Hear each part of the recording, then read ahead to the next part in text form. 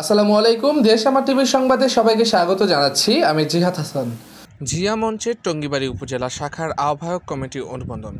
লৌহজং প্রতিনিধির প্রতিবেদন। শুক্রবার 7:30 টঙ্গিবাড়ি উপজেলা জিয়া মঞ্চের কর্মী সভা অনুষ্ঠিত হয় শিমুলিয়া কুটুমবাড়ি রেস্টুরেন্টে।